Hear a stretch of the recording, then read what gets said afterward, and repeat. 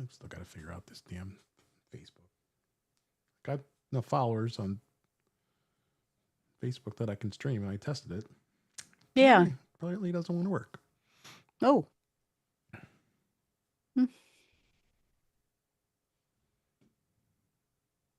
I don't know what's happening with my hair. We're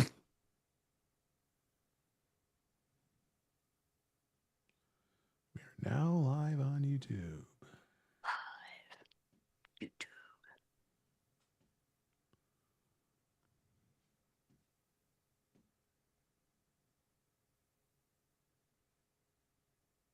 Yeah, I should really try it because I do have a LinkedIn account and I do have the Twitter Plus, and I should try doing more streams, more places.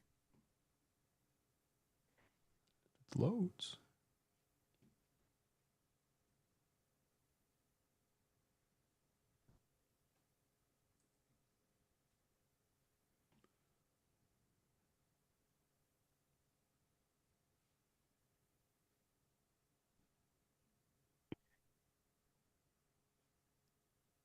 Doesn't want to load.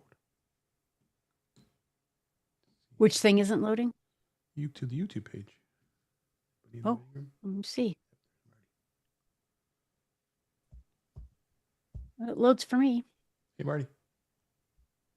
Hey, Marty. You see us live? Do you see us still on YouTube? Yeah, I'm checking it out right now. I just don't want to echo our sound into oblivion, muting everything. Yep, I see us live. All right. Not adding. Okay. Now I think I can hear people. You can hear me okay? We said, hi, Marty. Hello, Hi. Marty.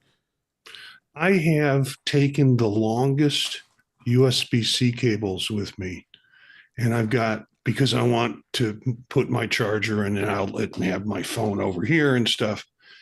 And all it is now a rat's nest behind my laptop.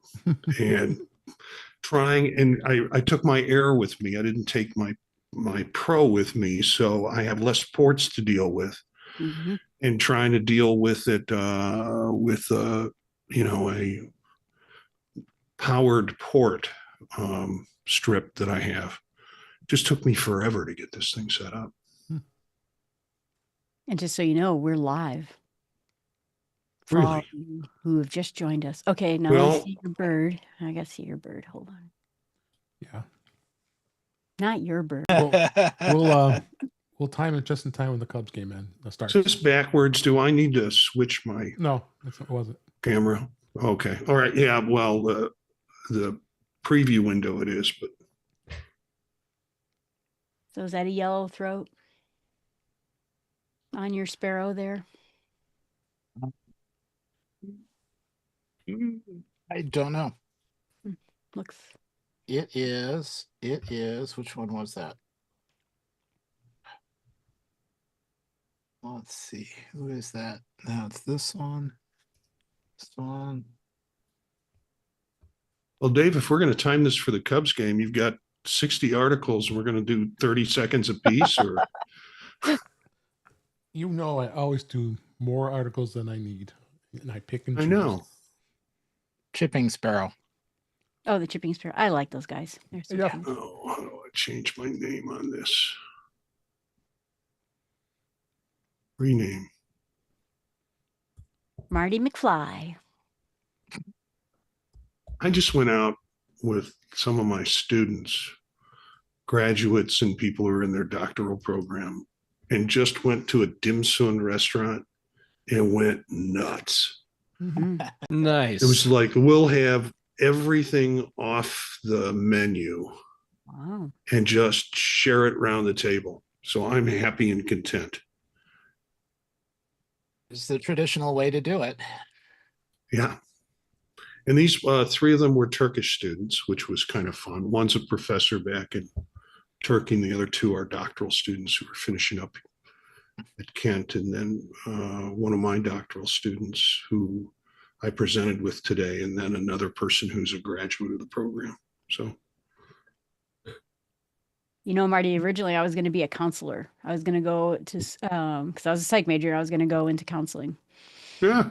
Wow. And my uncle was a counselor in Chicago. And I remember he got called for dinner and he's like, okay, well, I tell you what, why don't you visit me in the office? And then he goes and sits back down and he goes, yeah, that guy wants to kill himself. And I'm like, how are you eating dinner?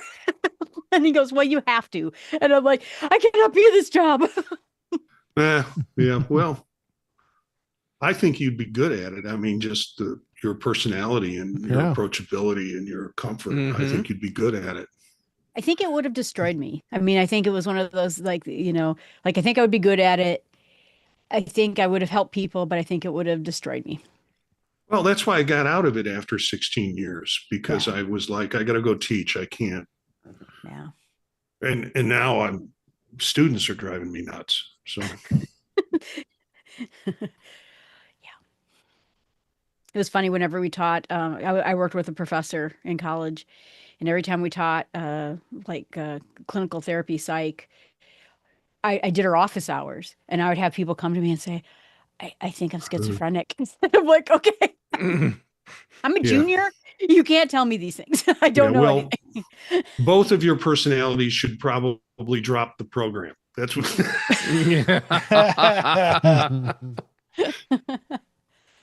That's hilarious. Both your personality. Oh, goodness. Get that already.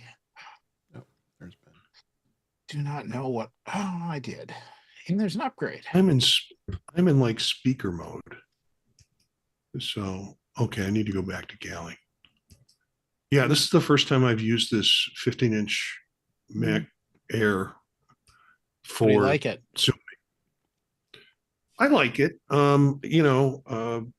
There's that tug and pull between wanting more screen space and then having to carry the damn thing around. I've actually got an external monitor with the articles on it. Hey, Ben. Hey, Hi, Ben. yeah, Apple Mail on the Mac is borderline useless for me. You know, I just switched to it. I just got off of Spark and switched back to Apple Mail, What? and it's Yeah, been really good. Spark was For me, I used Edison Mail. Oh, Well, Yeah. Edison Mail just abandoned their Mac app. oh. Mm-hmm. Yeah, Damn them. Yeah.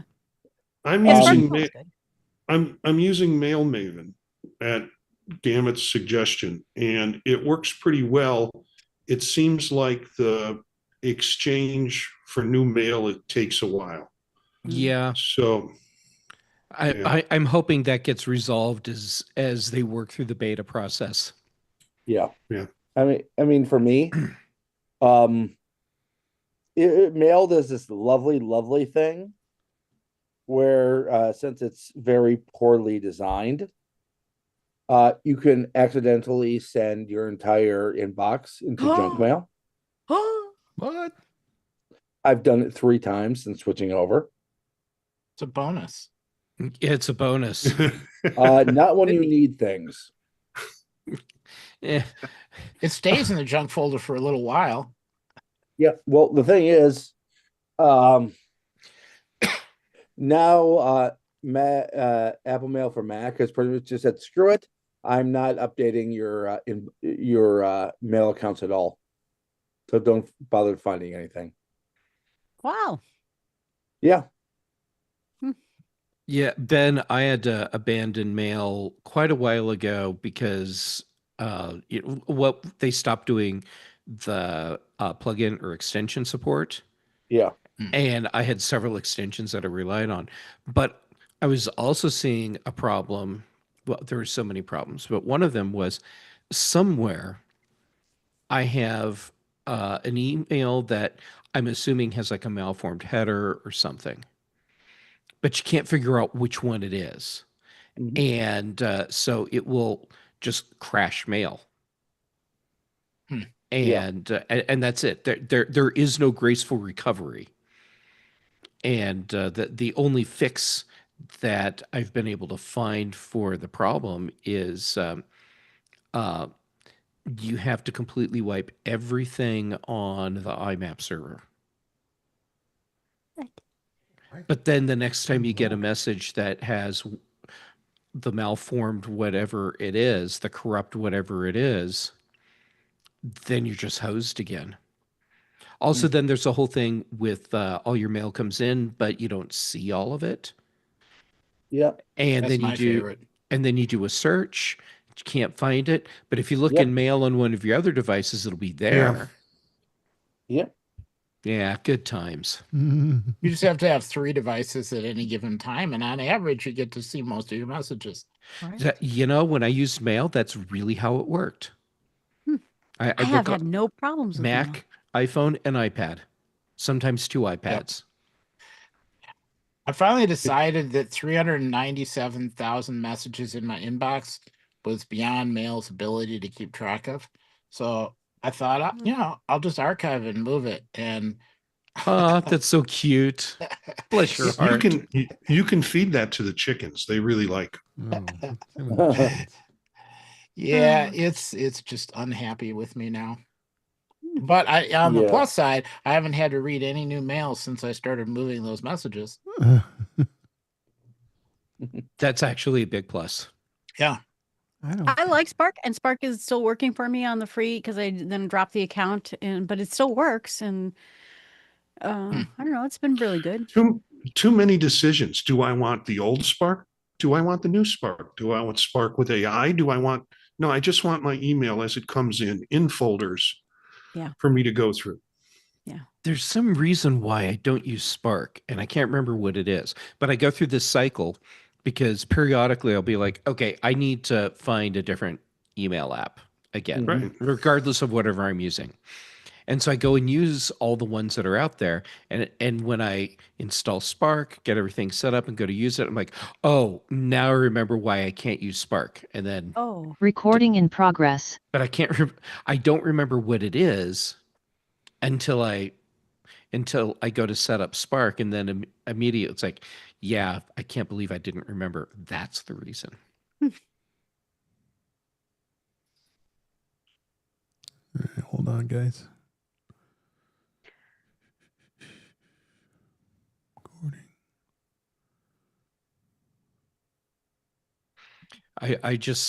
I'm going to have to come to accept that there are 2 critical app categories that will always be hot garbage, even though they're absolutely critical for everything we do. And that's email programs and web browsers. Yeah. And now they're making email apps, web browsers. You know, everything's coded in HTML, and it is just wild because you go down and you look and you say, I swear I just had an email that was there. And then I scroll up and it's there, and I scroll down and it's gone. And I'm like, what is that? Yep. Check. All right. You guys ready? Cash. Oh, I thought he was calling for Chuck, but I do not see Chuck. Chuck will not be He here. will not answer. He will not be here. Well, sure, it's gonna be like that. Is it true that he was here, and then when you saw that I was here in the ready to be admitted into the chat, he's like, and I'm out. I mean, can't blame him. I mean, I've never heard words come out of anyone's mouth like that. Right? Yep. And neither have I, because he always deny. drops off. Good times. All right. Ready to go? Let's do it. 5, 4, 3, 2. Welcome to episode 390 of In Touch with iOS, the show that talks about iPhone, iPad, Apple Watch, Apple TV, Vision Pro, Mac, and related technologies. I'm your host, Dave Ginsburg, and we're going to welcome our panel this week. As always, in the first slot, Jill McKinley is here. How you doing, Jill? I'm doing great, and I'm glad it is the end of the week. Me too. In fact, I have the day off tomorrow because we're having a global well-being day. Oh. The whole company is off. So fun times. Marty Jencius is here. He seems to be in a different location. How you doing, Marty? Yeah, Global Wellness Day or something, Well-being. Dave. We Well- just well, ditched school when we didn't want to go to it. Yeah, it was more Uh, fun that way. Yeah, I'm in Philadelphia at a conference, Okay. and had a fun time getting here this morning. That's a different story. But early in the night, waking up really quickly, having vertigo, and then attempting to drive to the airport in the dark, not a great safety thing to do. No. But my belly's full of dim sum, and I'm ready to do this thing. Yeah. The only thing I want to know, Marty, is were there a couple people up to no good who started making trouble in your neighborhood? No. Oh my gosh. That voice was Ben Roethig. How you doing, Ben? I'm doing better now that I'm not dealing with email crap. Okay. I'm glad. Yes, and you were having some struggles with your email client. Also here, Jeff Gamet. How you doing, Jeff? I'm doing all right, and I'm super happy to see you, Dave. Me too. Me too as well. And also here is Eric Bolden. How you doing, Eric? My email just came back. Oh, sorry. Yes. So excited. Where? So I'm doing really well now. Who's your visitor behind you this week? That is a chipping sparrow. Just hanging out in the sun, chilling. Okay. All right. We always can count on you for those fine looking birds.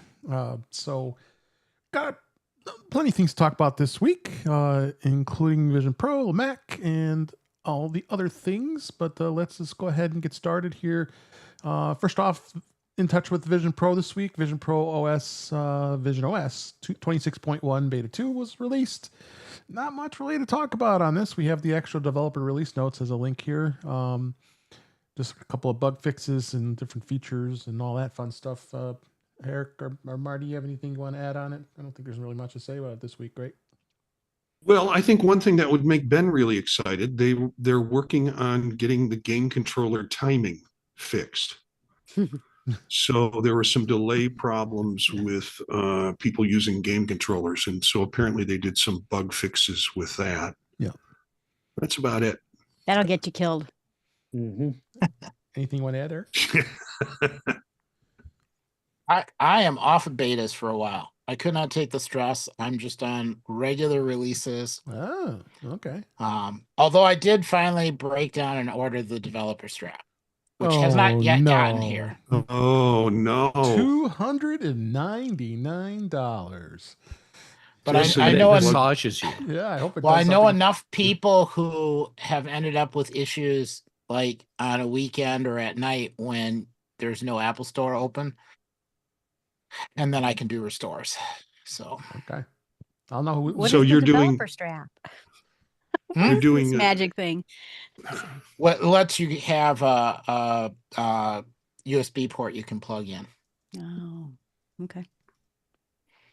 We'll put a link in the So- show notes for Jill, so she knows what it is. But yes, it is a insane, crazy developer strap. Yeah, it just thought you- massaged $290 out of Eric's wallet. $300, really. 300. Yeah. I thought I you bought think- the man purse, but I Oh, didn't. wait. Oh yeah, You yeah, can find it on go for eBay for $539. Well, how nice. Wow.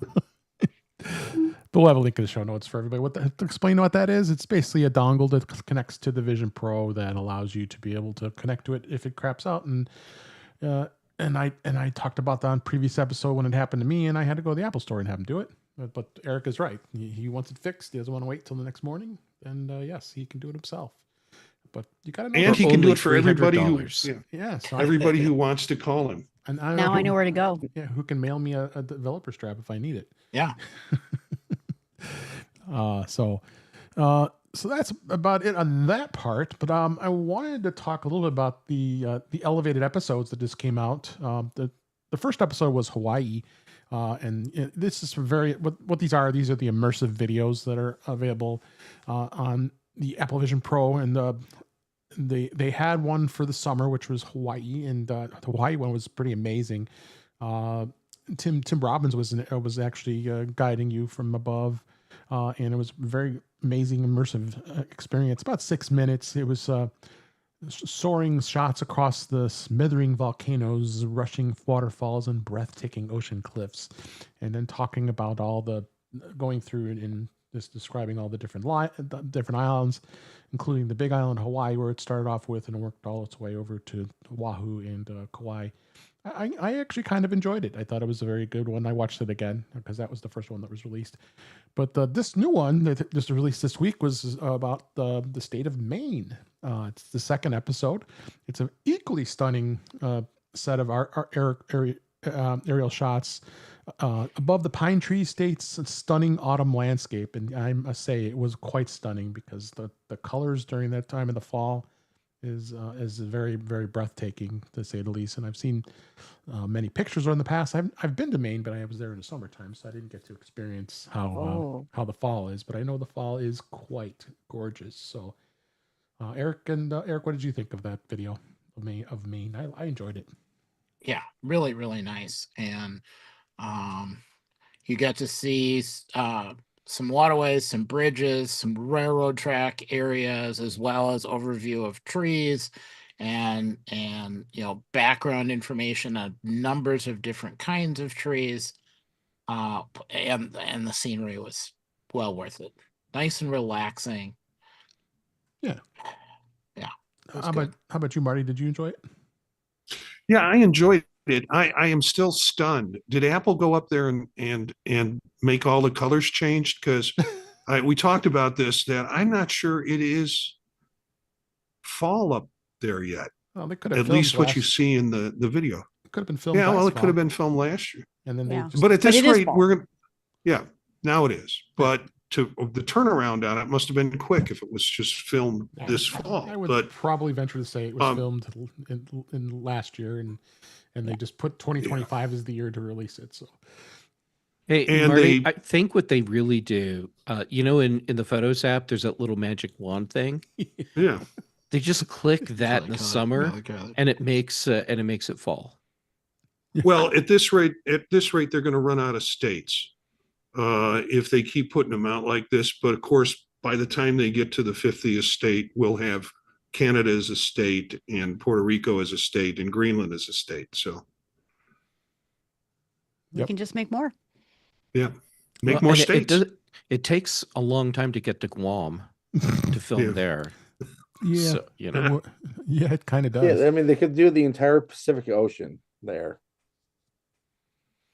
Yes. And here's this island, and here's this island. All right, let's go ahead and move on. Here in the Marshall Islands. It was very beautiful, and I'm hoping for more content. We really want more content. Yeah. We're just itching for it. Marty, of course, had to spend my money again this week. He found this pretty cool headset extension for the Vision Pro. It's made by a company called Hover, and it's called the Hover. It's a headset strap, and basically what it does is it gives you a much better way of getting immersed in your most comfortable position. It has a bit of a hack feature where it actually flips up like an old man's sunglasses. You can flip them up and it goes above your head. Awesome. That's the best part of the ad. If you go into the buy now section, there's a video. It says there's not only a video, but they say when a problem comes along, you must flip it. Yeah. And they show the thing flipped up. Yeah. It's great. So it's and it's $64. Yeah. So of course, we both had to buy it, which we haven't received it yet, so I haven't tried it. But the interesting thing is, you still use the app, the strap that comes with the Vision Pro, and you attach it to this device, and it basically has a little bit of a visor above the Vision Pro, and you just put it in place, but it gives you a bit of better perspective when you're using it, and then making it much easier to flip up than having to just take it off. And I guess it balances the weight. I guess we'll find out when we get it, right, Marty? Yeah. It was after I purchased it that I went back and actually read the ads, and they have some Easter eggs buried in it that are read it a little bit. It has a sound Well, you know- reflective scoop thingy. Yeah. Yeah, well, it's like what's in the box, a little bit Stormtrooper, a whole lot of fun. May the force be with you. Yeah. And the other one that I love is slide it to adjust the distance from your uniquely beautiful face. Apple didn't think of that either. Blah blah blah. Think differently. I have this feeling this is a division of D-band, the one that with the covers that we bought. Yeah, it does have that D-band feel. Yeah. You're right. So check it out. We'll report back and let you know how we've enjoyed it. And I have this feeling I'm probably gonna put it back in the box, but that's okay. I took one. Now you can be like Doc Brown, you know, where he flips up his glasses. Yeah. Marty, you have to Great glasses. Scott. Yeah, exactly. Or they live, Yeah. with the So- glasses on. Oh boy. So let's go ahead and move on. Let's go on to beta this week. iOS 26.1 beta 2 was released. It's now available this week. This is a new build for most of the devices, all the devices that came out. There wasn't a ton of what came out this week on this. They did have some a few interface tweaks and music app improvements. They did add some more languages for Apple Intelligence. They are expanding upon the AirPods live translation, expansion. So they're going to be adding even more languages. So it really wasn't too much. I didn't notice anything on the beta I put on my 16E. Anybody, Marty or Eric or anybody else? Did you avoid the beta on the iPhone too, Eric? Yeah. Okay. It's on I my iPad mini. Yeah. Yeah. Yep. I can't. Yeah. Yeah, it's there. Yeah, we'll talk about the iPad in a minute. Go ahead. Yeah, Marty. the iPhone has one small but rather interesting change. They with iOS 26, they introduced larger buttons for timers and alarms. In 26.1 beta 2, instead of having to press stop for your alarm, you now have to slide it over. I don't know if I Yeah. like that. I think they I have an noticed it article this on that. morning. Yeah. Yeah, I noticed it this morning because I set as many alarms as I could to get up. And a different thing, how they used to have where you think you're turning it off and you're really just pushing it on snooze, and then Mhm. you're in the shower and it rings. The buttons were so indiscernible. Now these big buttons are back, bigger and Yeah. much clearer to address. Yes, Yeah. they used to be so tiny. Yeah. Yeah. And they would always switch the order on you. So yeah, you get snooze thinking you were pressing stop. Mhm. You people and having snooze active. First thing I do when I'm setting up alarm is go in and turn off the snooze thing. Yeah, because you You want can But turn back that in off. the day, yeah, Yeah. you can. But back in the Oh. day, if I would have turned off snooze back when I had insomnia and all these problems, I would have just turned it off and then gone back to sleep Yeah. and then be really in trouble. Well, I mean, okay, so Jill, another insomnia buddy. I wasn't asleep anyhow. Oh, okay. Yep, that is true. Jeff, you just talked about iPad OS 26.1 beta 2. Here's Yeah, what sorry, you- jumped ahead on you. No, that's okay. It's all the betas were added there, but I believe there was some new features with the Windows that came out, and don't have it in this article, but there was a bit Well, of a in this change. case, old feature. Yeah. Yeah. They added it back basically. With Oh, the right, slide over came back. slide over. That's it. Yeah. I just grabbed my mini so I could look and see if my windows are different, but yeah. Slide over. There it is. I that's have it down here. Yeah, I probably should have moved that up where the other article was. Just slide it right over, Dave. Yeah, exactly. So yes, it is the slide over feature has now returned. Currently, it's not in 26.0.1. So if you know what that was, you were able to slide over you tap the green icon and move the apps window over, and the sizing controls are there. So it slide over a little, it gives you supports a single app. So it's not quite the same as the older version of Slide Over, but it's a welcome addition for what we were missing. So I don't get why they got rid of it in Yeah. iPadOS 26. kind of weird, definitely for sure here. Yeah. So Yeah. It's probably one of those things where they got enough feedback asking for it, where they're like, fine, we'll edit back in windowed mode or single windowed mode. yeah.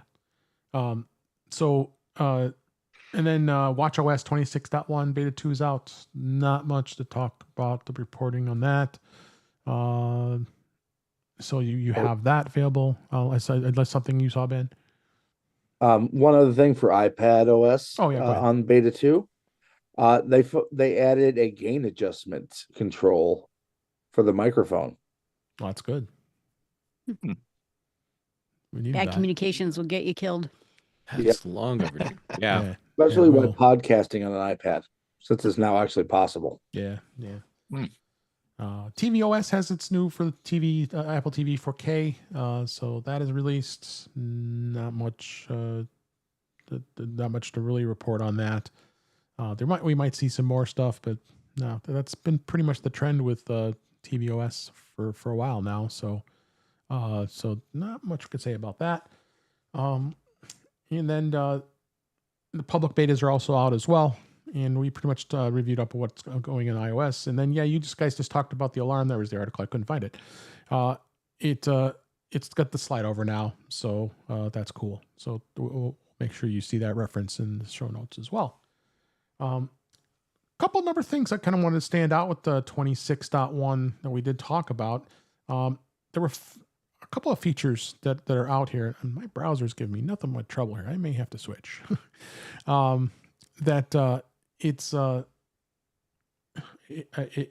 They got some new features here that we're going on here. Bear with me a second here. I'm going to switch browsers. This is killing me at the moment. All right. What was I saying earlier? The two critical application categories, Yeah. and both of them, everything is crap. Yes. Email and browsers. Hmm. Uh, What if you look at your email in a browser? yeah, that's true. Total God, it's protonic even worse. reversal. Guess I need to abandon Firefox. So here's some of the features. We talked about the alarms with the slider that's there, and then the intelligence languages, and pretty much what we're finding. The fitness app has also got some custom workouts that you can do on the iPhone. There are options for workout type, estimated active calories, effort, duration, and start time. The settings app, they did some just these cosmetic stuff here. It's just this alignment of icons and text in the settings app. All the settings with headers now feature text as now that text aligned to the left instead of in the center aligned, because they were doing a lot of centering, and now it's also so general shows to the left, and so is Wi-Fi and all the other ones. When you tap into a home screen folder, the name of the folder is at the top is aligned instead of center aligned. So they're doing these left assigned. I don't know if I like this, honestly. Do I want things to the left instead of the center? Always used to having something in the center, aren't you guys? Well, yeah. Part of that I see with that is there are a lot of cultures that actually focus from right to left is how they, they communicate, or their written languages and things like that. So outside of, our Western culture, it's always left to right. So it just makes me wonder about that. And the center's kind of a compromise. Yeah. So if you go ahead. Wow. Okay. Let me start over. I'm going to go out and come back in again, just like Monty Python. Okay. So, does that make it easier on eyes? Mm-hmm. And I'm thinking also left-handed versus right-handed.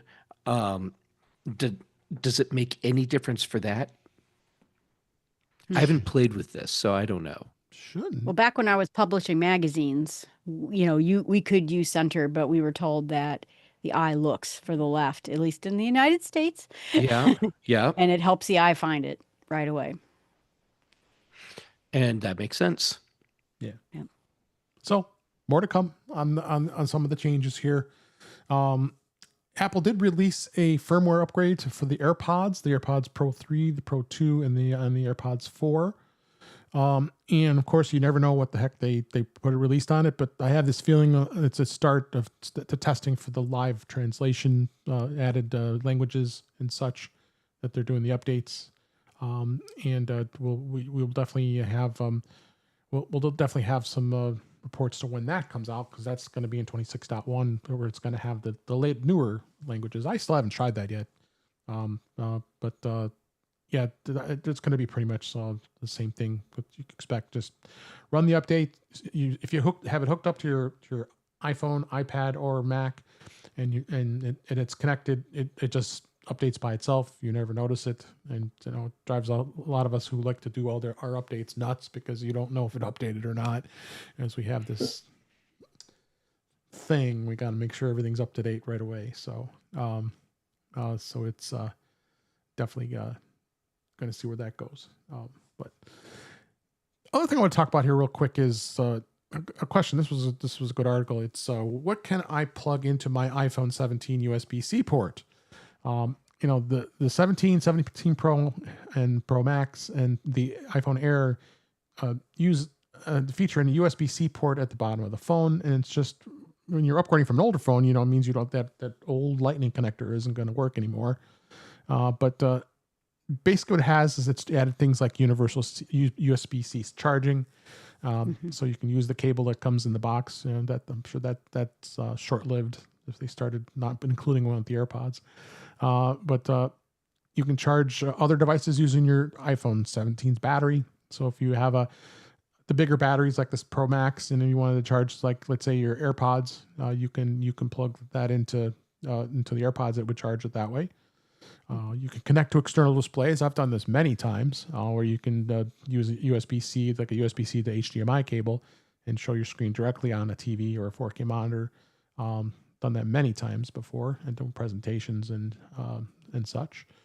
Portable storage, done that many times. And you guys, I'm assuming many of you, if not all of you, have done that before, to take a external drive, especially a photographer who's using a Pro or Pro Max, who's taken some seriously big photos, especially if they're shooting RAW, that you can get the nice little external USB-C drive to copy everything. You can even connect Ethernet if you wanted to. That has capabilities of being able to have Ethernet if you wanted to have a wired internet connection for some reason. If it's critical, you have a solid internet connection instead of Wi-Fi. And then you can use headphones that work with your phone and your computer. So you can use a USB-C headphone if you wanted to. Jeff, have you tried that? I've not tried a USB-C like a full-out headphone. Have you tried that, Ben? Either one of you guys? I have. Yeah.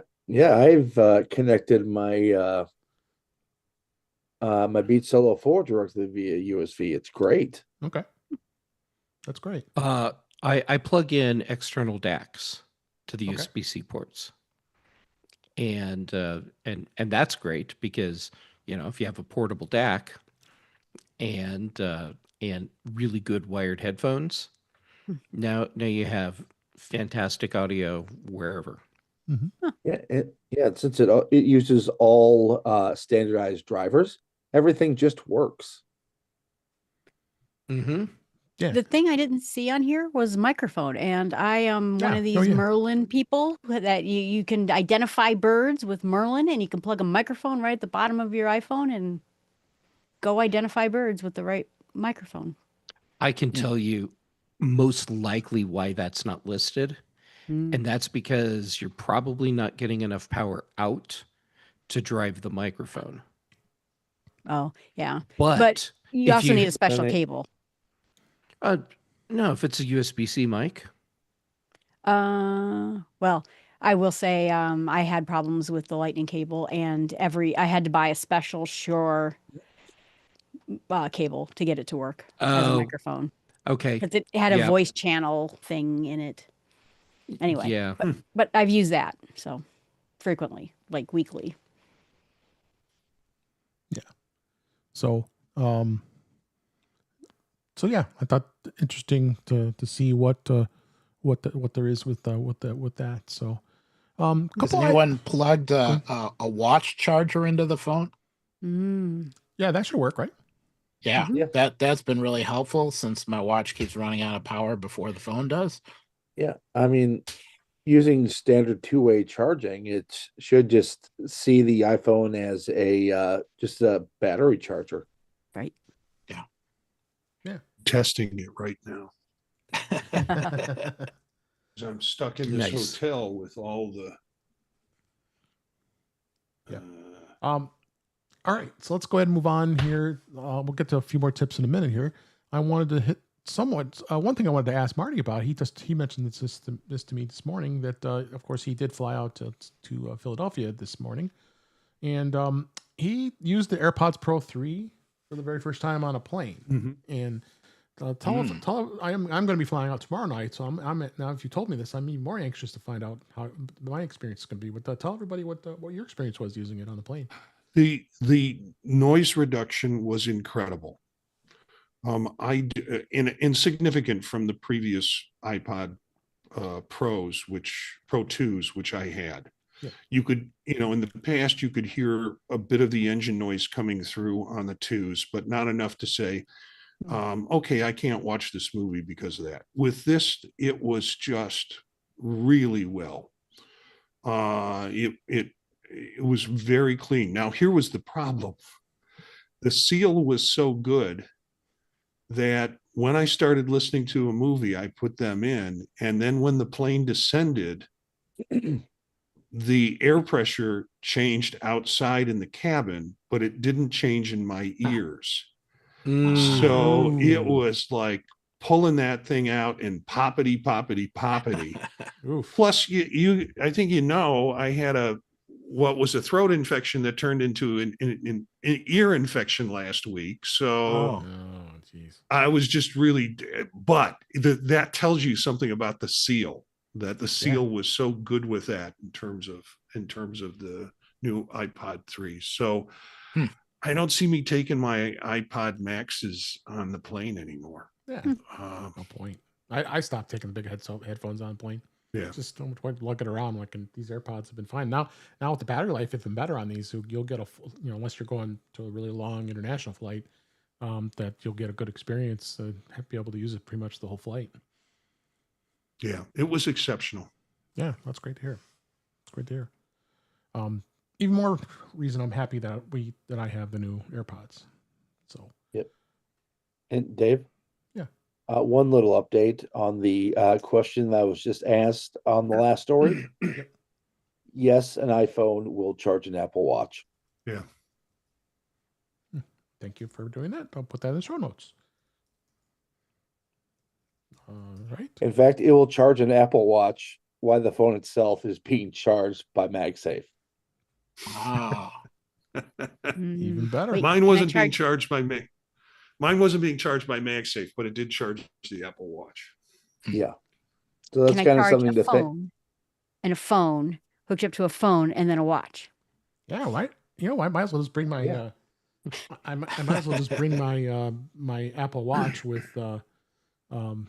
my watch charger and just use MagSafe and that. And then you're done. That kills off two birds with one stone right there. I think a watch, a phone, Christmas tree lights, a watch and a phone. And a disco ball. And a disco ball when you're in your room, I'm sure. Oh my gosh. A couple more tips I wanted to hit on with iOS 26. One of them, again, we'll go back to AirPods here. Keeping your AirPods connected when you get into your car. If you wear AirPods during your commute, and if you don't want your podcast music to suddenly blast through the car speakers when you start the engine, there's a new setting in iOS 26 that can ensure that it doesn't happen. Apple has thoughtfully added a new keep audio with headphones setting that prevents your iPhone from automatically switching audio to CarPlay or other Bluetooth speakers when you're already listening to them through your AirPods. And here's how you toggle it on. There's instructions. So you're basically you go into the settings app, general, AirPlay, and continuity. And it says there's a check off there. Keep audio with headphones. You turn that on. With that setting enabled, your music, podcasts, or calls will continue to stay with your AirPods even after your iPhone connects to your car's Bluetooth system. So you can always manually switch to the car speakers if you want to the control center AirPlay. And this feature also works with other wireless headphones too. So it's beyond useful for beyond in-car scenarios. Stops that from jumping real quick there. That was a good tip. That you can do that for Bluetooth there and your AirPods. You shouldn't listen to your AirPods while driving. I would agree. That's what's but it does. It blocks out the guy who's tailing you and honking because you are slowing him up. and honking at you because the bridge is out and you're about to drive over the edge of it. Oops. Wow, that went dark. No kidding. You would not see the bridge whether you have your AirPods in or not. Yeah. Yeah, but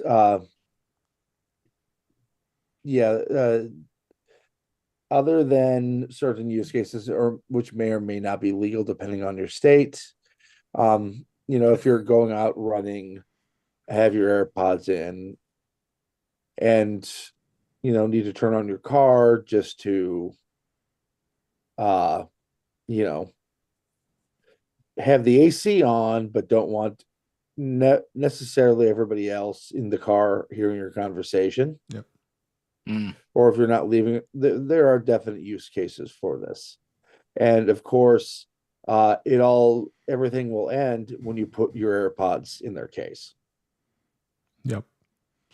Or in my case, you put your AirPods in your case when you haven't been listening to music, and then your iPhone just starts playing music.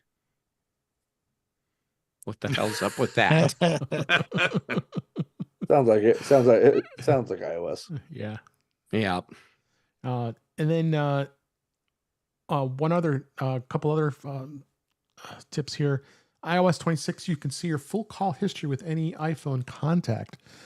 It's buried within a hidden history that lets you see every call you've ever exchanged with a specific contact, potentially going back years. You might not know this, but you can access this detailed call history in seconds.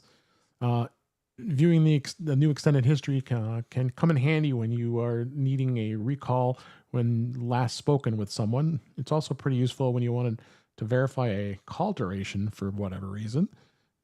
How do you get to it? You open the iPhone app, the phone app on the iPhone. In the unified view, you find the contact in the recents section, and then whose call history you want to view. Tap the contact's name. If you're using the classic interface, you tap the little icon next to their name, and then scroll down the call history, and then it brings up all these different lists of histories of somebody you've talked to. I didn't even know about this. Did you guys? That's really neat. I did not. Yeah, your spouse's attorney probably knows about it. That would be right. And I should check what my spouse's calls. I've got thousands of them in that history. Yeah, this is what I call evidence. Yeah. Yep. Turn it off. And then one other tip relating to the iPhone: make your iPhone wait on hold for you. If you make a call and it's placed on hold, a new feature in iOS 26 will do the waiting for you so you can do other things. Hold Assist, it's called. It listens for hold music playing and then alerts you when the person comes on the line so you can pick up the call. Hold Assist is available on any iPhone that supports iOS 26. It's not, and it is not Apple Intelligence feature.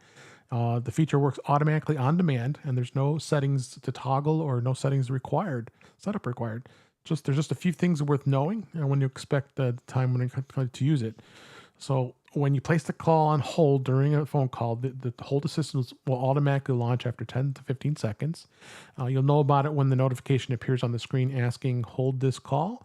Tap hold the button to activate the hold assist, then tap the X to dismiss the notification to stay on the line yourself. And then when the hold assist is active, you just return the iPhone to the iPhone's home screen. A notification will appear briefly, confirming that you're on hold, and you continue on to whatever you're doing until it then notifies you in the dynamic island for live activity that it's and it actually shows that is this person from customer service. Can I assist you? I thought this was a really cool feature because so many times we sit on hold and you have it on speaker for 20 minutes trying to get a hold of somebody. And now you can just be on your merry way and just watch for it to be visible. So some pretty cool I stuff. tried it last week. Oh, you did? Okay. I How'd it go? Well, I had to call the VPN support line for my work, and I heard it was hours waiting for that. And I just hit it to set it, and it said, "Hi, how can I help you?" I'm like, "Come on, man! I was testing this." Dang it! So it works even better than you thought. The magic, Wow. they're really there, bud. Dang it! No. It probably makes them listen to their own hold music. That's what I And thought. that's what makes them pick up the phone right away. I want to make sure I recognize everybody in the chat tonight at youtube.com/intouchbyios.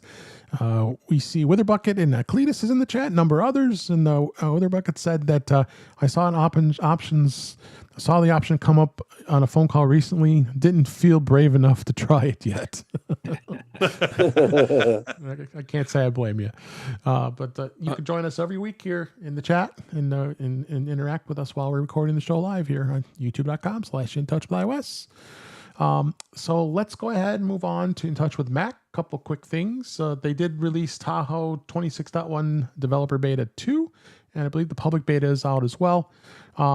So I didn't notice a ton of stuff that was changed in it. Just I think basically bugs and AI groundwork is basically what they've added. So not much to note. Have been any you guys on beta notice anything? Ben or Marty or even Jill? Nope. I think this was not really. It was uneventful. Yeah, it's just kind of weird because you get a beta, and then it takes you maybe a day or so to load it.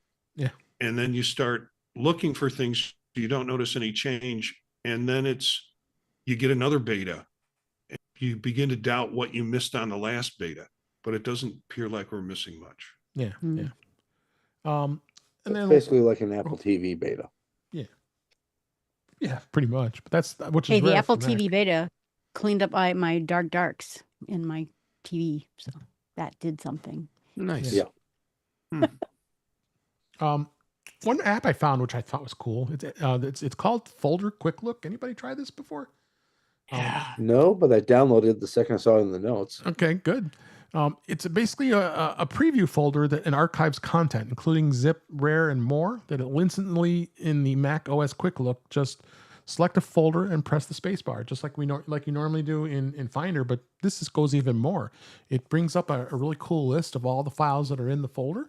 It'll tell you even more detailed information about it, and it'll have a lot of great information here, and it's absolutely free. It's got a lot of great ratings, and this is a super cool utility to have.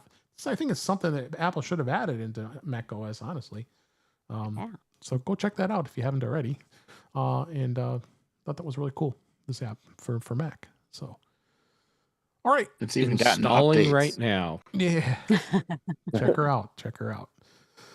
So moving on to other topics, it was the Amazon Prime buy days, not the Amazon Prime sales that they have in summer. And boy, oh boy, I fell for a lot of stuff this time around. And it was interesting to hear what you guys have had purchased and got some stuff here. But I bought way too much stuff this time. But anybody want to share what they took advantage of in the Amazon Prime buys? I'm grabbing a link for you right now, Dave. So, make me buy something, right? It's too late. No. Well, Dave, you already know what this is because I sent you photos of the whole setup in action. Yes. So what I bought, it's going into the private chat right now, since I can't get into the YouTube live chat. I can do show notes too. Oh, right. I'll put it in the show notes. Okay. So this is a camera mount arm that it articulates. And so you can attach it to your desk, or if you have, like in my case, right up here, there's a pole that I have a studio light on. So I just clamped it onto that pole, and then ran it over above my monitor. So now my camera, it's sitting right here in front of me, and it doesn't take up much space at all. And when I don't need to use the camera, then I just release one of the like wing nut finger clamp things, and spin fold, just fold it over on one of the hinges and get the camera out of the way. And it's yeah, so it's called the Neewer 22-inch Magic Arm with Desk C clamp, overhead camera mount with articulating mic boom arm, 1/4 inch 3/8 inch threads for ARRI desktop stand holder for phone, microphone, webcam, action, camera, video, light, UA057. It just rolls off the tongue. It does. But it comes with like a clamp thing for your phone. So if you wanted to use a smartphone as a camera, or aim a camera like at your desk, since it's fully articulated, you can do that. And I picked it up on sale for Amazon Prime. It was, I want to say, like $22. Yeah. It was a really And good regular price is like $34. Yep. Yeah. Currently on sale for 30. Yeah, there's a coupon for it. At least now you can still get the relatively good price. I followed through on that, and because we were talking about camera suspension and how do you do it to get it at face level, and I thought this product looked pretty cool. Mhm. I think I purchased it for $14.85. Oh, that's an So even it better was price. even cheap. Yeah, it was even cheaper than what your recall was, because I'm looking at the things that were delivered today to my house while I'm in Philadelphia that my wife will yell at me about when I get home. Sweet. Yep. I also shared a link here, and I'll show it on camera here. I bought this little guy Stream Deck, the 6-buttoner. So now I got 3 sitting here on my desk, and it was only it was $49, and I wanted to get it just because it's just the most commonly used actions that I use all the time. I wanted to have in this small little guy here, this little guy right here. I think I have it on camera, and I have a link in the show notes. And it has 6 buttons, and of course you could do multiple pages just like you can on all Stream Decks. Something just like quick little buttons, like if you want to do volume up, volume down, there are all kinds of stuff. And the Stream Decks are so flexible. And I've got a 12 button, and I've got the Stream Deck Plus, and so I'm set here with the little. But I like this better than having that big giant one like you have, Marty, with the 32 buttons, because it just, you gotta. Yeah, and until you come up with 32 scenes because you've got 5 guests and you want it. Yeah, well, Yeah. I'll I'm figure it out. slowly creeping up to larger and larger. I don't think you can go any larger what you have, but it was only $49 when Yeah, it was but on sale, so I got a good deal. Yeah. Yeah, check That's that out. nice. Yeah, I started with this Stream Deck Neo That's as similar. the base one, and then quickly ran out of space with that and moved to the XLR Stream Deck, which no, not the XLR. I moved to the MK2. Yep. So anybody else want to add anything before we can Sure. move on? Go ahead. I ended up, well, I bought a thing to jumpstart my car because winter is upon us. But my old one was old USB-B, and I'm like, I'm not doing that anymore. So everything's USB-C. So I ordered myself a brand new USB-C car jumper, which I really love. Having that. And the big thing that I bought was the Focusrite Generation 4. And this is where Jeff is going to tell me I either did a good job or a bad job, because I have Generation 3, and I am at the top limits on all the microphone settings for it. And this one has more gain. So Nice. Nicely done. The Focusrite, they do really good equipment. Yeah, they do. yeah. It's So like anyone wants a 3rd generation, I got it right here for you. And so I would. just the regular Gen 4, or like the Scarlet? The 212, Scarlett 212? 212. Okay. Okay. Yep. I still I have would- hopes that my friend is going to do it. Sorry, go ahead, Ben.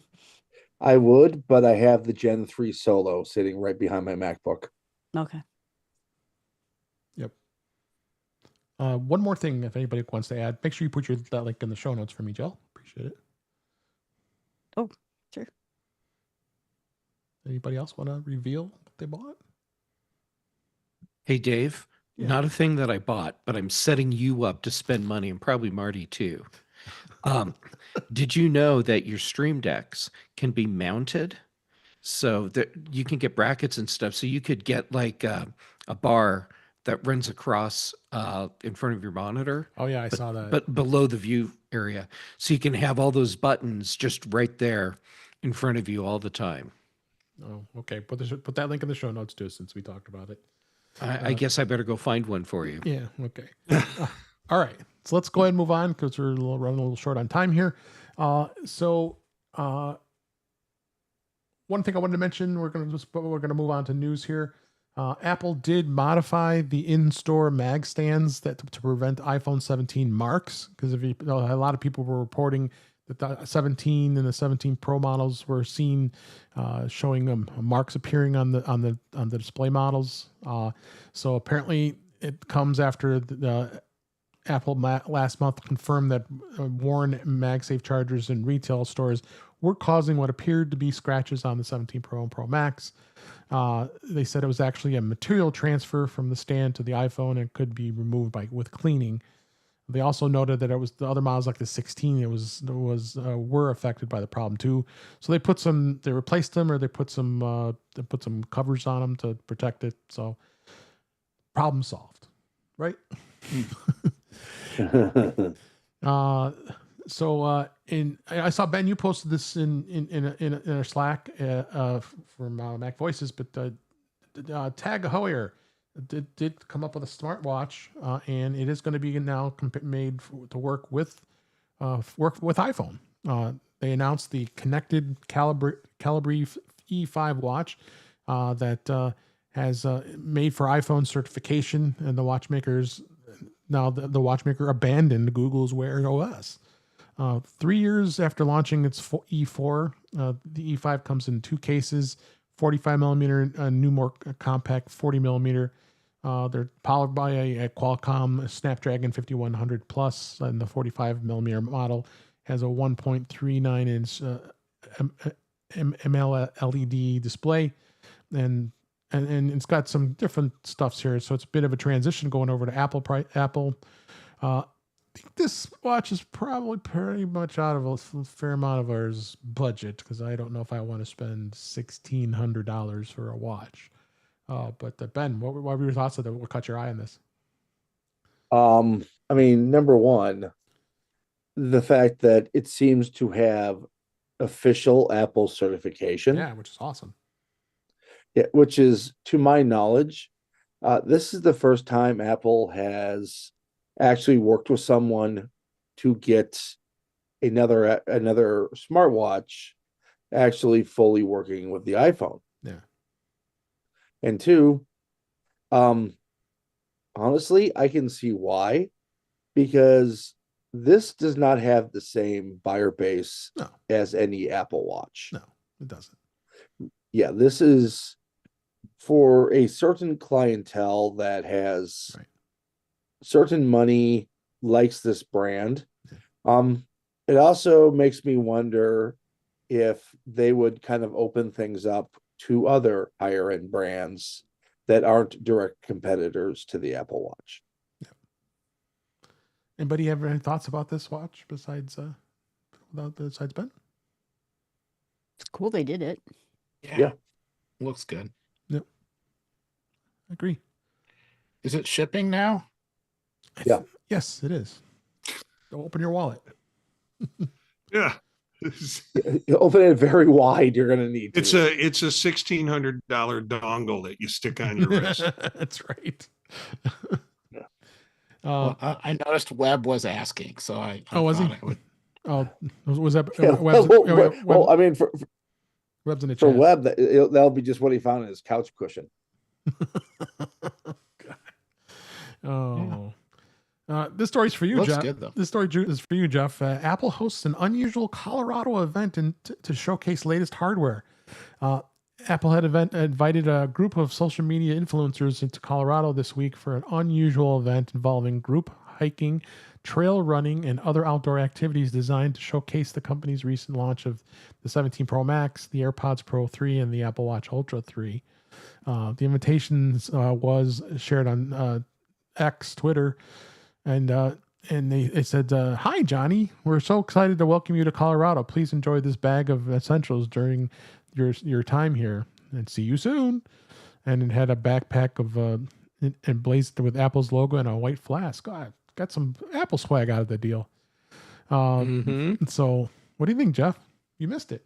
They didn't invite you. I missed it. They didn't invite you. Clearly, or maybe they did, and the email is lost somewhere in the mail app, and I just can't find it. Okay, so cool idea, and I'm sure that even beyond In Touch with iOS, they're getting a lot of coverage about this. Yeah. But I have to say, it's a pretty brave move doing an event like this in Colorado in October, because it could be so hot that you get radiation poisoning, or it could be like sub-zero in the mountains. It's a total crapshoot. So what I didn't check to see where they actually did this, but I'm assuming there was enough mountainy stuff that that with the weather we've had, that they got caught in some snow. Yeah. Nice. Anybody else want Like to I said, Apple's focus on fitness. I did a whole presentation about it because I know how much they love it. So I love And it. it was a really good presentation. Your Macstock Prezzo. I Oh. liked it. Yeah, I said that too. Oh, thank you.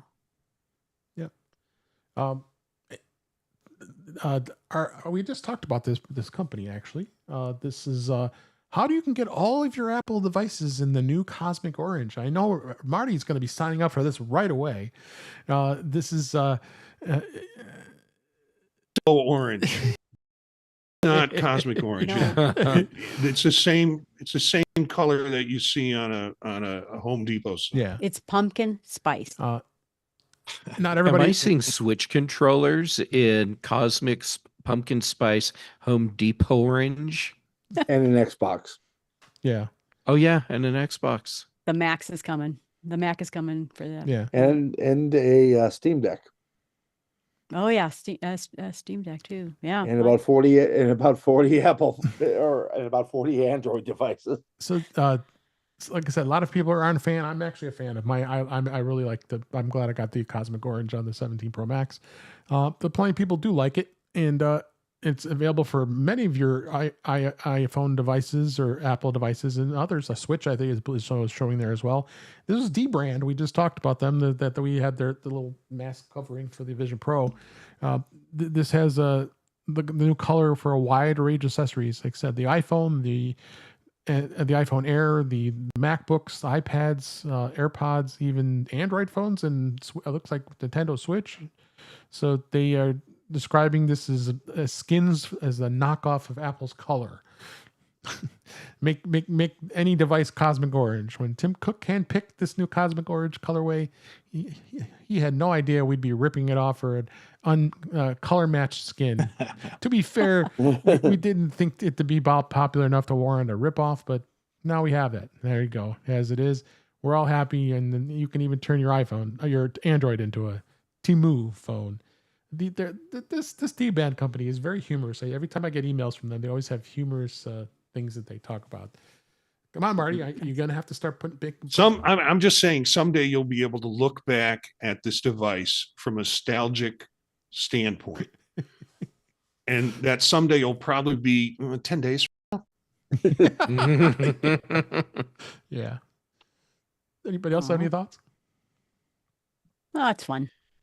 I'm looking at their stuff right now to see how much it's going to cost to get an orange skin for my MacBook Pro. I hope you're happy, Dave. You're gonna get You it. can just use a spray tan machine. Yeah. That's true. Well, Or that's true. You. go hang out with someone who's eating Cheetos. Oh yeah, I didn't Mm. think about that. Yeah, the Oh. only problem is if you have everything in high visibility, I meant cosmic orange, people might Shanghai you into doing construction. Mm. Well, that's going to be on them now, isn't it? That is- Sure, I'll wire that. Here, lick this for me. Okay, let's go. Hey, these orange devices will come in very handy during deer hunting season. Oh yeah. Right? It's rabbit season. Right. Yeah. I was just walking through the woods that had hunting going on, and I just held my phone up. That's smart. Oh, They my actually God. have some really fun-looking skins. I Mhm. like the AirPods cosmic orange. That's a nice, that's a neat idea. Yeah, D-band. Just leave it to D-band here. Yeah. Anyway, a couple more stories here before we wrap up. More Apple Apple apps are now getting the liquid glass redesigned. They updated the Apple support apps, adding liquid glass design to match the rest of iOS 26. Both apps now feature the liquid glass interface elements such as the more rounded buttons, the floating navigation bars, the translucent in some areas. They also feature liquid glass app icons that look with the multiple layers of glass stacked up a number of others there. So Test Flights appears to have done it as well for who does. That's of course who tests apps ahead of time here. But the Apple support is the dedicated app for getting help with your device. So, and of course both apps are free to download. Anybody here? Are you guys like Apple? I mean, I'm. It's growing on me. Liquid glass. I have a friend who can't stand it, and it just annoys the heck out of him. Wants to turn it off, but of course they don't let you turn it off. You can. We've talked about that before. You can go to accessibility and kind of tone it down. But what does anybody think about this with apps? Growing on me. Yeah, I don't mind it. I mean, the same thing when I see on the Apple Watch, you have it when you have to put your code in before it syncs with your phone. I like the way the buttons look. That's nice. Yeah, kind of like Yeah. That's where I notice liquid glass the most. yeah, me too. Mhm. Yeah. Just see on the Apple Watch logging And in. passcodes on phones too. I mean, they've Yeah. done a nice job of adjusting that, so it looks pretty electric. Anybody else? But I mean, it would have been nice if this would have been all day one. I mean, if you're expecting developers to all go That's get all true. their apps to liquid glass, and you can't even do it yourself for a month. Yeah, that's true. So let's wrap up here with just a little bit more CarPlay discussion here. This was interesting.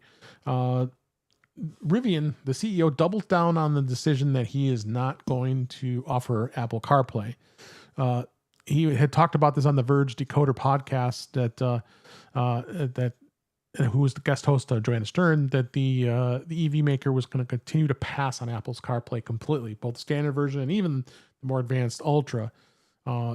Echoing his previous comments on the matter, he said Rivian is focused on offering a seamless digital experience where customers do not need to switch between its own software and CarPlay. Instead, they prefer to provide a a la carte selection of built-in apps such as Apple Music, Google Maps, Spotify, and YouTube. And they're very confident on the Rivian's decision to do that. Of course, so does Tesla. So does now GM on their electric cars. And Ben, what do you think about this? Rivian, you're breaking my heart. Yeah. Number one, if I do not have CarPlay, it is not a seamless experience for me. Mm-hmm. Yeah, in fact, if I have to use Google Maps or whatever hell else map they want me to use, Yeah. that's making it a pretty big pain in the butt for me. Yep. I mean, granted, look, I'm not anywhere near Rivian's, income level, but if I were to win the win the lottery tomorrow, Mhm. as great as their trucks are, the lack of CarPlay would cause me not to buy one. Yeah, Right. agreed. I think that's pretty much the consensus of all of us here on the panel. That I Yeah. just don't want a vehicle without CarPlay at this point. This the seamless experience I want is with my phone, not with my car. Right. Yeah. Yeah. So You know, I brought this discussion up to my wife, Mhm. and she's not cued into tech like we are, sure. but she was like, well, what do you do with your phone if you don't have CarPlay? And I was like, whoa, that was Th- kind of That's powerful. telling right there. Yeah. Yeah. Well, my wireless connector for CarPlay was not working right, and then I got so fed up. I said I need to have the car connected, so I had to reconnect it to my Uconnect, and I'm like, oh my god, now I know why I hated this, because it's just Mhm. it's like a that's like I'm back like 10 years ago of technology. Now the way that the Uconnect did it back then, I mean my car is about 7 years old, so but Yeah. yeah, crazy. Yeah. And even the Uconnect CarPlay interface sucks where it puts itself around CarPlay. Ooh. Because yeah, Wow. I would plug the you could That plug the sounds great. because you could plug it in directly and just use its own CarPlay interface, but yeah, it's not great. Where I'm using the third party wireless one that finally I got it to work right. So I saw something, didn't pursue it, but I don't know, maybe I was going through Amazon looking for tech, and they had like screens or yep. like tablets that you would act as CarPlay Mhm. if you plugged your phone into it. Yep. And that was the first time I ever seen that. Yeah, you can do that for cars who folks don't have the capability. I just bought one. I bought the one Yeah. that Allison suggested, and it was $26, and I'm going to put it in my Element. There you go. And the funny thing about all those, they're all Android based, but it turns out Android Automotive actually makes a really good CarPlay experience. Yeah. All right. Last story here. What's just keeping the trend here for the Apple CarPlay, the CarPlay Ultra. These are the vehicle brands that still plan on offering Apple's CarPlay Ultra. As we know, the Apple did release the version of the CarPlay Ultra, the long-awaited new generation version of its CarPlay software system for vehicles. However, nearly 5 months later, CarPlay Ultra is still limited to one luxury brand, and that brand is Aston Martin. So yeah, if you could shell out $250,000 for a car, sure, you could do that. Well, I'll take two. yeah. In May of this past year, Apple and many other car automakers were planning to offer it, including such brands as Hyundai and Kia and Genesis. At this time, it said CarPlay Ultra would begin expanding to more vehicles around the world in the next 12 months, which now they've said this before, 2026. Apple first previewed the next generation CarPlay all the way back for WWDC in 2022. We're going back 3 years now at this point. And at the time, it shared a long list of automakers that were committed to offering the software system. That list is more than 3 years old, and it's not entirely accurate anymore. And I'm not going to go through the whole list there, but according to reports, they're saying who has confirmed that they will offer CarPlay so far. I guess it's going to be Hyundai, Kia, Genesis, and Porsche.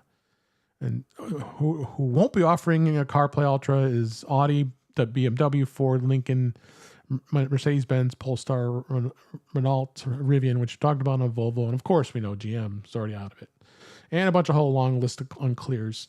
This is just becoming like a big debacle as far as I'm concerned. I mean, it might get to a point where Apple may have to just abandon the thing if it's going to be anything going on with that. Jeff, what do you think?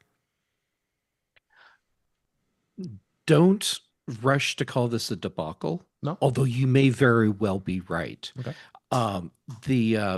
The development time frame for cars is slow.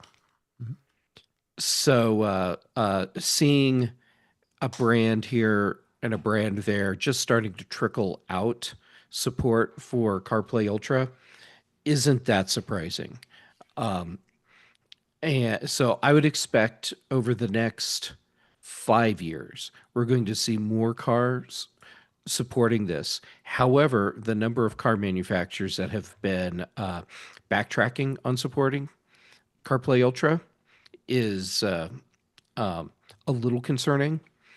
So I will temper your concern about this being a debacle with saying it probably won't be a full debacle, but the level of support that we as Apple product users would like to see, I don't think we're really going to get that out of CarPlay Ultra. Yeah, I would agree with that. Anybody else want to add anything to this? Yeah. This was a fantastic idea, but the number of car makers that Apple is royally pissing off is concerning. Yeah. Yeah. Ford has been Ford has been Apple's biggest cheerleader for CarPlay in the last couple of years. Mm-hmm. But when Jim Farley, yes, relation to Chris Farley, comes out that and just says ruins the joke. Yeah. Yeah. It comes out and says that they have been notoriously difficult and demanding on this. I mean, it's got to be something where Apple meets in the middle with each individual car maker, or it's not going to work. Yep. And I think what Jeff said was right, is that it takes a long time. And I think that they just have to talk about it. And a lot of them, I think there are two camps. There's those who are deciding they're software developers and they can make great interfaces and they want to have their own subscriptions. And like I said, Subaru tried it. They started making their own apps and they quickly got out of it and said, and ended them. And so the rest of them are thinking, we're not software developers, we're car makers. Wouldn't it be nice if software developers actually made this kind of thing? And I think maybe it's just hopeful thinking on my part, but I think cars will start to adopt it once they see how it goes for Aston Martin. Yeah. Yeah. See, my perception on this is, if you look what the design shows how it is in Aston Martin, that's a really specific display designed for the dashboard of an Aston Martin. And another car dealer picks it up, they're not going to be able to necessarily have the same integration. Mm-hmm. When you look at CarPlay as it is for the rest of us yahoos, it's a square with a bunch of icons on it. Yep. Mm-hmm. That translates to a lot of dashboards. But when you get into Ultra with the specific stuff they have in it and the shape of the dashboard, I'm thinking the reason some of these car dealers are pulling back on it is because it's going to force them to have to redesign their screen or their dashboard just to meet the demands of the software. They're like, can't you just give us a square with icons on it? Yep. Agreed. All right. Well, that was great conversation about the CarPlay. We had a number of CarPlay stories this week, and great topics all around this week. So, let's go ahead and wrap up. And that's a wrap for this week. Please send your comments, questions, suggestions to our email address, which is at feedback@intouchwithios.com. You can follow us on Blue Sky and Mastodon at InTouchWithIOS. Support the show by buying me a coffee at intouchwithios.com/coffee. We would really appreciate it. You become a patron of the show by going to patreon.com/intouchwithios. We have 2 tiers available to support the show. We would really appreciate it. Make sure you like, share, and subscribe so you're notified when we're live streaming, which is Thursday nights, 8 p.m. Eastern, 5 p.m. Pacific on our YouTube channel, which is youtube.com/intouchwithios. Thanks to Witherbucket and Webb, Bixby, and Cletus, and a number of others that joined us this week. You can join us then. And we leave the live streams up that we've recorded, as well as you can listen to past shows. In Touch with iOS magazine on Flipboard is available. You can go to that, and our link is in our show notes. We flip a lot of stories in there. You can subscribe to the show in your favorite podcatcher, including Pocket Cast, Overcast, Apple Podcasts, and many others. But better yet, just go to our website where all the links to all the ways to listen to us are there. I am Dave Ginsburg. You can find me at Blue Sky and Mastodon at DaveG65. And let's do a reverse order here. Eric Bolden, thank you so much for being here this week. Where can people find you? I can be found out in the woods, but if you don't want to go traipsing around out there, I'm on Mastodon at EA Bolden at mas.to. Otherwise, beginning of the week on Mondays with Vision Profiles in Vision OS, Tuesdays on Mac Voices of Mac OS, and of course here on Thursdays, rounding out the week with iOS, iPad OS, Mac OS, Vision OS, just to complete the week's news. Thanks for being here. Jeff Gamet, thank you for being here. Always a pleasure. Where can people find you? Dave, it's always a treat to hang out with you. So social media, I'm Jay Gamet everywhere. And I am, that's not true. On LinkedIn, I'm Jeff Gamet. Huh. Anyhow, Jay Gamet on most all the social medias. And I'm most active right now on Mastodon, Blue Sky, and PixelFed. Then for shows, Tuesdays on Chuck Joyner's Mac Voices Live here on Thursdays. Dave, thanks again for letting me be part of this. Then British Tech Network, Big Show on Thursdays, Mac Show on Fridays. Brian Chaffin and I do the Context Machine. We just released another episode right before In Touch with iOS started tonight, and Patrice Brendamore and I do Retro Rewatch. Thank you so much. Ben Roethig, thank you always for being here. Appreciate it. Where can people find you? Well, you can find me at Ben Roethig on social media. My writings and ravings on roethigtech.com. You can also find me on such podcasts as Mac Voices Live with the aforementioned Chuck Joyner, and the also aforementioned British Tech Network shows, The Big and Mac Show. Thank you so much. Marty Jencius, thank you for joining us. If you traveled to speak over there in Philadelphia, appreciate it. Where can people find you? Thanks for having me, and it's always fun part of this near the end of the week. Jencius, Jencius on most of the socials. Blue Sky and Mastodon is where you can connect with me if you want to. Monday nights, Vision Profiles with Dave and Eric. Tuesdays with Chuck Joyner. Thursdays here with Dave on In Touch with iOS. Occasional Friday mornings with the Mac Show. I want to plug something because I'm at this conference and there's a lot of talk about AI, and I gave a presentation on AI this afternoon, adding a few more fun things in as I'm learning and developing that. But I started a podcast called AI Productivity Workflow. I had more people at the conference come up and tell me that they've been listening to that, which just surprised the hell out of me. That's super cool. It is. Yeah, it was cool. It's kind of fun because you don't get that connection generally, but a lot of people in our field are interested in AI and AI applications. Yep. And so they're tuned into that show. So I encourage people to take a listen to that as an option. Yes, it's happening all over. Even my work is expanding upon it, and just trying to set up a Teams group, and it's just AI everywhere. So last but certainly not least, Jill McKinley, thank you for being here. I really appreciate it. Where can people find you? Well, now JillFromTheNorthwoods.com is set up, so you can find everything I do in one spot. Make sure to put that link in the show notes. Yeah, I did. But I do the topics of productivity, nature, and talking about issues of faith. But I mostly do that. And here's an interesting thing about AI and work is someone introduced their own AI into a meeting I was hosting with like 400 people.